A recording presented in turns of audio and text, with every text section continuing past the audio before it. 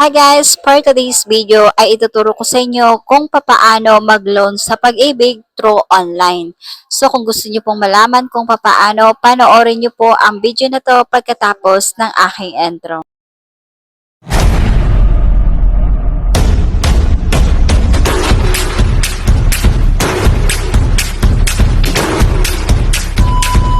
Una guys, punta lang kayo sa inyong Google Chrome. Search nyo lang yung virtual pag-ibig. At dito kayo mapupunta. So dito, mag-login lang kayo. Ilagay nyo lang yung email address nyo at yung password nyo. At dito kayo mapupunta. So guys, tap nyo lang dito yung tatlong guhit sa taas.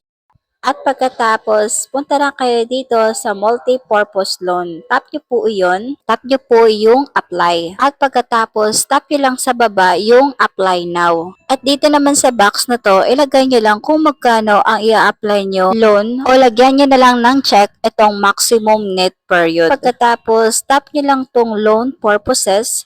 Lagyan nyo lang dyan kung ano ang purpose kung bakit kayo nag-loan. At dito naman sa loan term, tap nyo lang yung 2 years dyan.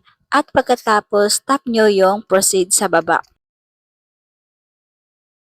At dito, itap nyo lang yung loyalty card number nyo.